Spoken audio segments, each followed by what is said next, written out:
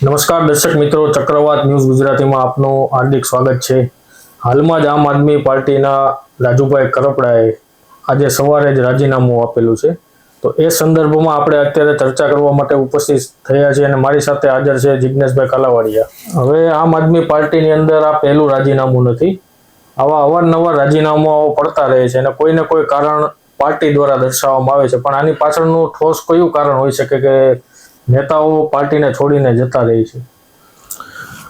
કિશનભાઈ, આમ આદમી પાર્ટી છે એમાંથી આજે એના જે કદાવર નેતા કહી શકાય, કિસાન અગ્રણી, જે પ્રદેશ કિસાન સેલના અધ્યક્ષ પણ હતા એવા રાજુભાઈ કરપડાએ રાજીનામું આપ્યું છે અને રાજીનામાના પત્રની અંદર જેણે રાજીનામું અંગત કારણોસર આપ્યું છે એવું લખ્યું છે, પરંતુ આ જે પત્ર લખવામાં આવતા હોય રાજીનામાના, એમાં જે વિગત હોય એની પાછળ ઘણી બધી સ્ટોરીઓ, વાર્તાઓ હોય છે અને એ આખો ઘટનાક્રમને કારણે કોઈ પણ વ્યક્તિ છે એ પાર્ટી છોડતો હોય છે। કોઈ પણ રાજકીય પક્ષ હોય, ભારતીય જનતા પાર્ટી હોય, કોંગ્રેસ હોય કે આમ આદમી પાર્ટી હોય, નેતાઓ આવે છે અને જાય છે અને આ ક્રમ ચાલુ રહે છે। આ કોઈ નવી વાત નથી। આપની અંદર ગુજરાતમાં વિશેષપણે આ ઘટનાક્રમ જોવા મળી રહ્યું છે, ત્યારે 100% એના ઉપર ચર્ચા થવી જોઈએ, એનું એનાલિસિસ થવું જોઈએ।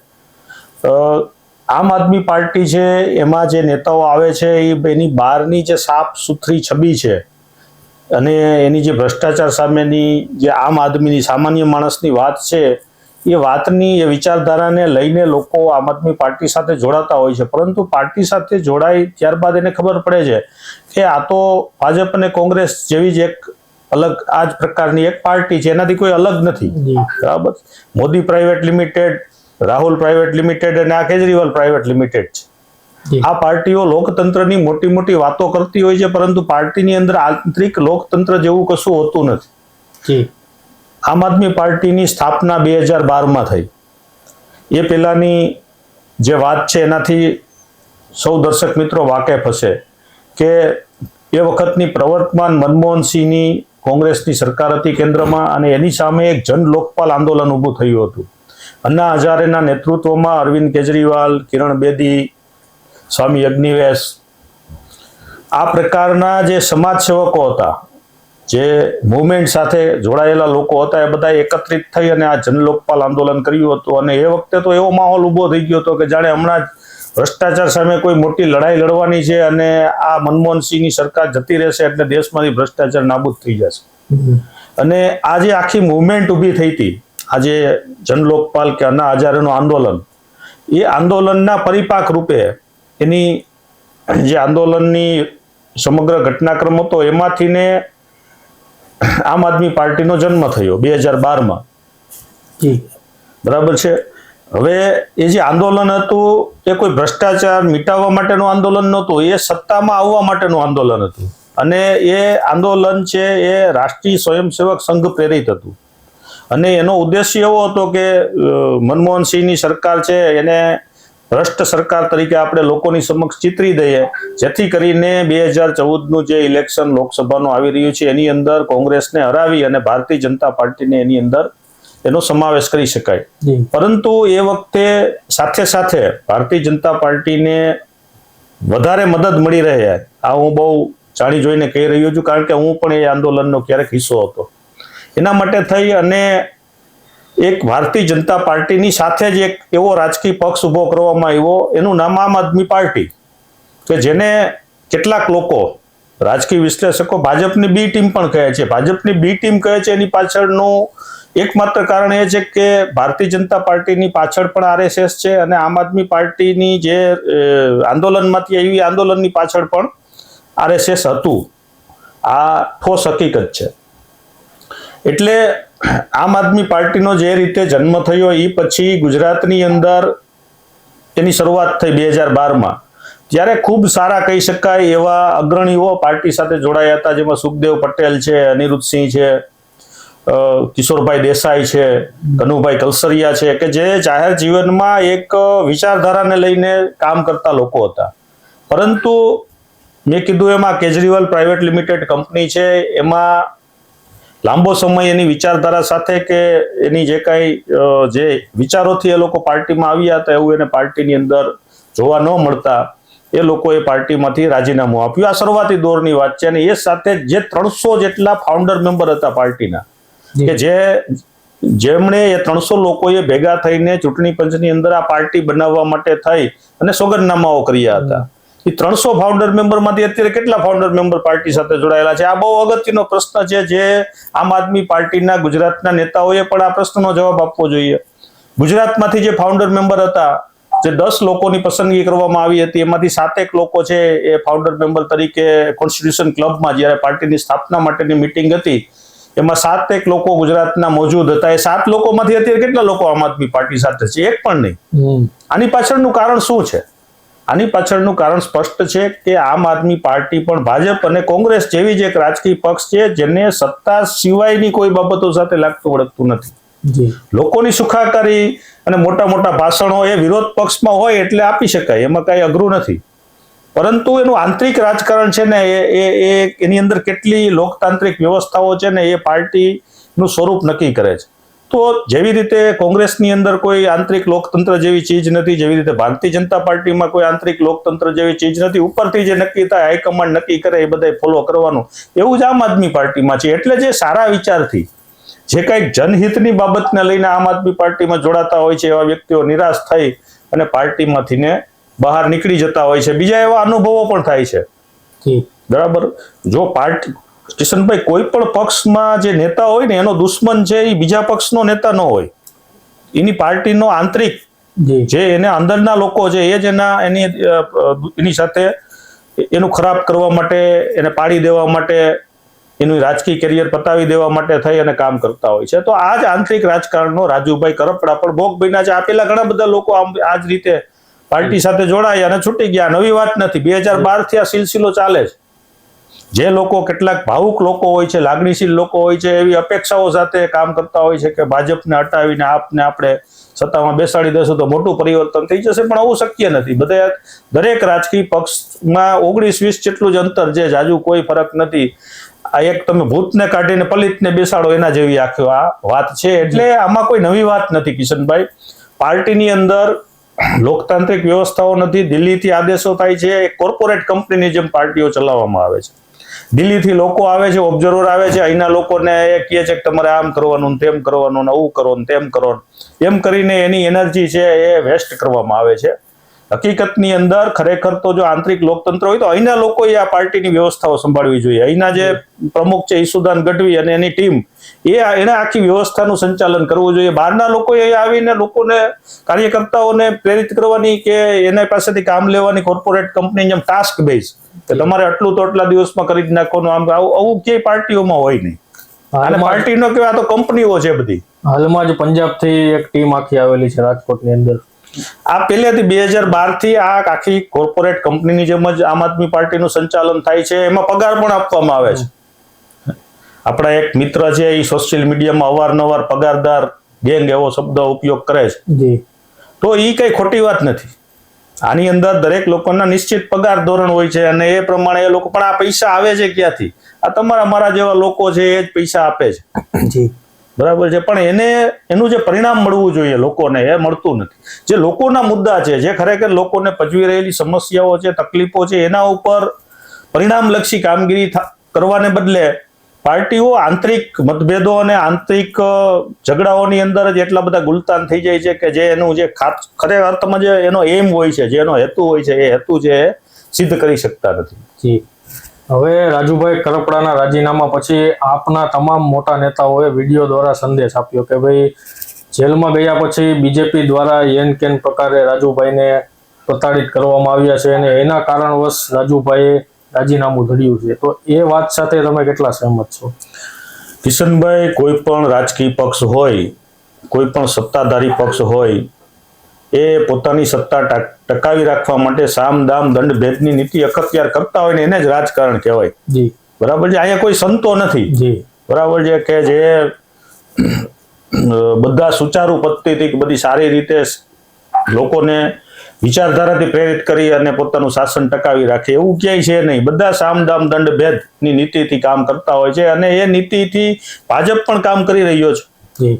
બરાબર. આ પહેલા પણ હાર્દિક પટેલ અને આવા અનેક નેતાઓને ભારતીય જનતા પાર્ટીની અંદર લઈ આવવા માટે થઈ અને પોલીસ કેસનો સહારો લેવામાં આવ્યો હતો. આવું રાજુભાઈ સાથે પણ બન્યું હોઈ શકે છે, આને આપણે નકારી શકતા નથી. જી પણ એ માત્ર એક કારણ ન હોય, એને તો માણસ સહન પણ કરી લે, એનો પ્રતિકાર પણ કરી લે. માણસ તાકાતવાળો હોય તો એ આ પ્રકારની રાજકારણની અંદર તો તમારે તૈયારી રાખવી જ પડે કે તમારા ઉપર ખોટા કેસ કરવામાં આવે, તમને પ્રતાડિત કરવામાં આવે. અંગ્રેજો આ જ કામ કરતા. એ વખતની આઝાદીની મુવમેન્ટમાં જે નેતાઓ હતા કોંગ્રેસના, મહાત્મા ગાંધી, સરદાર પટેલ, જવાહરલાલ, એ મોટે ભાગે જેલમાં જ રહેતા, કારણ કે એના ઉપર અવારનવાર આ પ્રકારના કેસ દાખલ કરીને અંદર કરી દેવામાં આવે. પણ એ લોકો તૂટ્યા નહોતા ક્યારેય. એટલે આ તો સત્તાનું ચરિત્ર છે. પછી સત્તા ઉપર કોઈ પણ હોય, આ સત્તાનું ચરિત્ર. કોંગ્રેસે પણ આજ જયારે સત્તામાં હતી ત્યારે આજ નીતિ અખત્યાર કરી હતી, ને અત્યારે ભાજપ કરી રહી છે. આમાં હું એટલે જ કહું છું કે આ બધી પાર્ટીઓમાં 19-20 નો જ ફેર છે, આની અંદર કોઈ તફાવત નથી. બધા એક જ માળાના મણકા છે. એટલે એ 100% થયું હોય, પણ એ સિવાય પણ આમ આદમી પાર્ટીનું જે આંતરિક રાજકારણ છે, જે અંદરનું રાજકારણ છે, એમાં પણ રાજુ કરપડાને ક્યાંક ને ક્યાંક પ્રતાડિત કરવામાં આવ્યા હોય, અથવા તો એની જે વાત, એના વિચાર છે એને દબાવવાનો પ્રયાસ કરવામાં આવ્યો હોય, એની નેતાગીરીને ટાર્ગેટ કરવામાં આવી હોય. આ પ્રકારના આંતરિક રાજકારણને કારણે પણ કંટાળીને એણે રાજીનામું આપ્યું હોય છે. કે આ બધા પરિબળો એક સાથે ભેગા થાય ને ત્યારે કોઈ નિર્ણયો આવતા હોય છે. એટલે આમાં દરેક જે બાબતો છે ને આપણે નકારી શકીએ નહીં. આમાં બંને બાબતો છે. રાજુ કરપડાને આંતરિક રીતે ડિસ્ટર્બ કરવાનો અને પરેશાન કરવાના પ્રયાસો કરવામાં આવી રહ્યા હતા. રાજુ કરપડા જયારે જેલમાંથી છૂટ્યા અહીંયા પેલું બોટાદના કાંડ પછી, ત્યારે એ સીધા જ એના ફાધર છે, એના પિતાજી છે, એને લઈ અને ગામડે જતા રહ્યા હતા. એ પેલા આમ આદમી પાર્ટીના એક મોટા નેતા જ્યારે રાજુભાઈની ઘરે ગયા હતા અને વાત કરી હતી, ત્યારે એના પિતાજી કીધું હતું, તમે કહેતા હતા કે અમારી પાસે આવડી મોટી લીગલ ફોજ છે, વકીલોની ફોજ છે, આમ છે તેમ છે, તો અમારા હજી આટલા દિવસોથી જેલમાં છે, તો એના માટે તમે શું કર્યું રાજુભાઈનું? તો એનો યોગ્ય જવાબ આપી શક્યા નહોતા અને એને ગેંગે ફેફે કરેલું હતું. એટલે એના રાજુભાઈના ફાધરે એને તબડાવી અને કીધું હતું કે આજ પછી આમ આદમી પાર્ટીના એક પણ નેતા અને મારી ઘરે આવવા જોઈએ નહીં. એવું એના અંગત સૂત્રો પાસેથી આપણને જાણવા મળ્યું. અને તો એ પહેલાથી જ આ બધી ઘટનાક્રમ છે ચાલુ હતો. એવું નથી કે રાજુભાઈને કાલે જ વિચાર આવ્યો અને આજે રાજીનામું આપી દીધું. જી. અને એ ઘટના પછી જ્યારે રાજુભાઈનો જન્મદિવસ હતો ત્યારે આમ આદમી પાર્ટીના કાર્યકર્તાઓ દ્વારા હોટલ ખાતે જન્મદિવસ ઉજવવામાં આવ્યો, પણ તેમના ઘરે નહોતા પહોંચ્યા. એની પાછળ પણ આ જ કારણ. એટલે એની પાછળ આ જ હતો, અસંતોષ હતો કે ભાઈ જે નેતાઓ છે મોટી મોટી વાતો કરે છે, લોકોની સામે બણગા ફૂકે છે, એ વાસ્તવમાં કઈ જમીની સ્તર ઉપર કરી શકતા નથી. અને ખાસ કરીને આ બધા આમ આદમી પાર્ટીની અંદર આંતરિક સૂત્રો અત્યારે રાજુ કરપડાના રાજીનામા માટે ગોપાલ ઇટાલિયા તરફ આંગળી ચીંધી રહ્યા છે. કે ગોપાલ અને એની જે ટીમ છે એ ગુજરાતની અંદર આમ આદમી પાર્ટી ઉપર હાવી થઈ ગઈ છે. અને બીજા જે લોકો છે, જે સક્ષમ કે યોગ્ય નેતાઓ છે, કે જે લોકોની વચ્ચે જઈ અને પાર્ટીની વિચારધારા, પાર્ટીની વાત મૂકવાનો પ્રયાસ કરી રહ્યા છે, એવા સક્ષમ નેતાઓને સાઈડ ઉપર ધકેલવાનું કામ આ લોકો કરી રહ્યા છે. એવો આક્ષેપ પણ અત્યારે આંતરિક રીતે રાજકારણમાં, આમ આદમી પાર્ટીના આંતરિક રાજકારણમાં થઈ રહ્યો છે. અને ગોપાલ ઇટાલિયાને આ સમગ્ર ઘટનાક્રમની પાછળ જવાબદાર ગણાવવામાં આવી રહ્યા છે. આવું વારંવાર, આ એકની વાત નથી, આ પહેલાની ઘટનાક્રમમાં પણ ગોપાલ ઇટાલિયાને અને ટાર્ગેટ બનાવવામાં આવ્યું. ઈસુદાન ગઢવી છે એ પ્રમુખ તરીકે આ બધી વાતો સાંભળવી જોઈએ અને પાર્ટીની અંદર બધાને સાંભળીને સુચારુ વ્યવસ્થા ઊભી થાય અને એ નેતાઓ સાથે સંકલન થાય એકબીજા સાથે, એ પ્રકારની વ્યવસ્થા ઊભી કરવી જોઈએ. પરંતુ ઈસુદાન ગઢવી પણ એમાં સદંતર નિષ્ફળ નીવડ્યા છે, કારણ કે ઈસુદાનની અંદર રાજકીય કુનેહ નથી. એ જાણીતો ચહેરો હતો, મહામંથન દ્વારા એ લોકોની વચ્ચે સ્થાપિત થયા હતા. એટલે આમ આદમી પાર્ટી છે ને એ અવસરવાદી પાર્ટી છે. એટલે જે વ્યક્તિ ક્યાંક મુવમેન્ટમાં આવે, જાહેરમાં આવે, મોટું નામ થાય, એટલે આમ આદમી પાર્ટી એને ગમે એમ કરીને એને પોતાના સિકંજામાં લઈ અને એને આગળ ધરી દે છે લોકોની સામે. પણ એ વ્યક્તિની રાજકીય કુનેહ કેટલી છે એટલો તમારે જોવું જોઈએ ને. ખાલી એક વ્યક્તિના ચહેરાથી કોઈ દિવસ રાજકારણ થતું નથી. ભારતીય જનતા પાર્ટી ચૂંટણીની રાજનીતિમાં સફળ રહી છે, એની પાછળનું કારણ એની રાજકીય કુનેહ છે. અને એવા લોકોને એ પડદા પાછળ રહી અને સમગ્ર પાર્ટીનું સંચાલન કરતા હોય છે. જ્યારે બાકીની બંને પાર્ટીઓ અત્યારે ગુજરાતમાં ચૂંટણીની રાજનીતિમાં નિષ્ફળ જઈ રહી છે, એની પાછળનું કારણ એ છે કે એની અંદર રાજકીય કુનેહ ધરાવતા વ્યક્તિઓનો અભાવ છે, એવી નેતાગીરીનો અભાવ છે. એટલે આપનું અત્યારે જે કઈ સખડ દખડ હાલે છે, આપમાં કોઈ ટકતું નથી. જે આવે છે, હમણાં કરશન બાપુ ભાદરકા, ઈ પેલા મહેશભાઈ સવાણી, ઇન્દ્રનીલભાઈ રાજગુરુ, ઘણા મોટા ચહેરાઓ આવે છે, પણ એ બધાને પાર્ટી સાચવી શકતી નથી. આ હકીકત છે. ભૂપતભાઈ ભાયાણી ચૂંટણી જીતા પછી પણ પડી ગયા. ભૂપતભાઈ ભાયાણી ચૂંટણી જીતા પછી જતા રહ્યા. ઉમેશ મકવાણા જે ધારાસભ્ય છે બોટાદના, એ પાર્ટીથી અત્યારે નારાજ ચાલી રહ્યા છે. સુધીર વાઘાણી છે ગારિયાદરથી જે ધારાસભ્ય છે, એ પાર્ટીથી નારાજ ચાલી રહ્યા છે. એટલે ગુજરાતમાં અત્યારે પાર્ટી જેવું કઈ છે નહીં. 2-5 લોકો છે એ બધું પાર્ટી કરી અને લોકોની અમે ભાષણો આપી અને પાર્ટી હોવાનું સિદ્ધ કરે છે. પણ એનો સરવાળે ફાયદો તો ભારતીય જનતા પાર્ટીને થવાનો. આ આખું જે ગેમ છે, ગેમની પાછળ માસ્ટરમાઇન્ડ તરીકે ભારતીય જનતા પાર્ટીના જે મોટા નેતાઓ છે એ પણ હોઈ શકે છે. એવું નકારી શકાય નહીં કિશનભાઈ. કારણ કે આપનું જે ચૂંટણી પહેલા, વિસાવદરની ચૂંટણી પહેલા આપ ક્યાંય દેખાતી નહોતું. બરાબર છે. ધારાસભ્યો એની પાર્ટીથી વિમુખ થઈ ગયા હતા અને આપનું કે પ્રચાર પ્રસાર નહોતો. એ વખતે ગોપાલ ઇટાલિયા ચૂંટણી જીતે છે અને આપ ફરી પાછું લોકોની વચ્ચે ચર્ચામાં આવી જાય છે. તો આનાથી મોટો ફાયદો કોને થાય? તો સૌથી મોટો ફાયદો થાય છે ભારતીય જનતા પાર્ટીને. કારણ કે એની સામેના જે સત્તા વિરોધી મત છે એ આપ અને કોંગ્રેસ વચ્ચે વેચાઈ જવાથી ભાજપના નેતાઓ છે, ભાજપના જે ચૂંટણીની અંદર ઉમેદવારો છે એને વનવે જીત મળવાની છે. અને આગામી કોર્પોરેશન અને પંચાયતોમાં પણ ભાજપ છે ફરીથી સત્તા સ્થાને બિરાજ છે. એમાં કોઈ બેમત નથી. એનું મુખ્ય કારણ આ જ છે કે આપ છે એ તાકાતથી ચૂંટણી નથી લડી, એ ખાલી માહોલ બનાવીને ચૂંટણી લડે છે. બુથ સ્તર સુધી એની પાસે કાંઈ નથી, સંગઠનની અંદર કાંઈ નથી, નેતાઓ વચ્ચે કોઈ પણ પ્રકારનું સંકલન નથી. બધી હવામાં વાતો છે. એટલે હવામાં વાતોથી કોઈ દિવસ ચૂંટણીમાં પરિણામો મેળવી શકાતું નથી.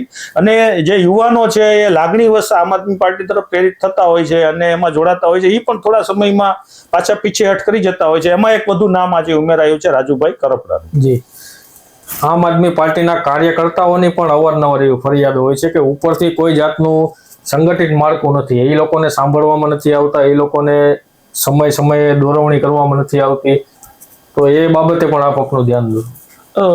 કિશનભાઈ, મેં કીધું એમ આપની અંદર દિલ્હીના લોકો જે છે એ એના લોકોને અહીંયા બેસાડી અને એના મારફત આખી પાર્ટી ચલાવે છે. પાર્ટીની અંદર સ્થાનિક નેતાઓનું કોઈ મહત્વ નથી.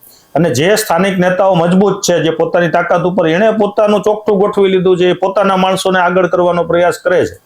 એટલે આમાં વાલા દવલાની જે નીતિ ચાલે છે અને ઉપરથી જે સિસ્ટમ ચાલે છે એને કારણે અહીંયા સ્થાનિક સ્તરે લોકોની વચ્ચે જે પાર્ટી અને નેતાઓને પ્રમોશન મળવું જોઈએ કે નેતાઓને સ્વીકૃતિ મળવી જોઈએ એ નથી મળી રહી ને એને કારણે આ આંતરિક અસંતોષ છે વધુ ને વધુ વ્યાપક બનતો જાય છે. જી, અત્યારે 100% ગુજરાતની અંદર સરકાર વિરોધી જુવાળ જોવા મળી રહ્યો છે. પણ આમ આદમી પાર્ટીએ પોતે આત્મમંથન કરવાની જરૂર છે કે તેઓ પોતે ક્યાં કાચા પડી રહ્યા છે. અમારી યુટ્યુબ ચેનલને સબસ્ક્રાઇબ કરો, બેલ આઇકન દબાવો, ફેસબુક પેજને ફોલો કરો અને ઇન્સ્ટાગ્રામ આઈડીને પણ ફોલો કરો, જેથી આવનારા આવા માહિતીસભર વિડીયો તમારા સુધી પહોંચતા રહે. રજા આપશો. જય હિન્દ, જય ભારત.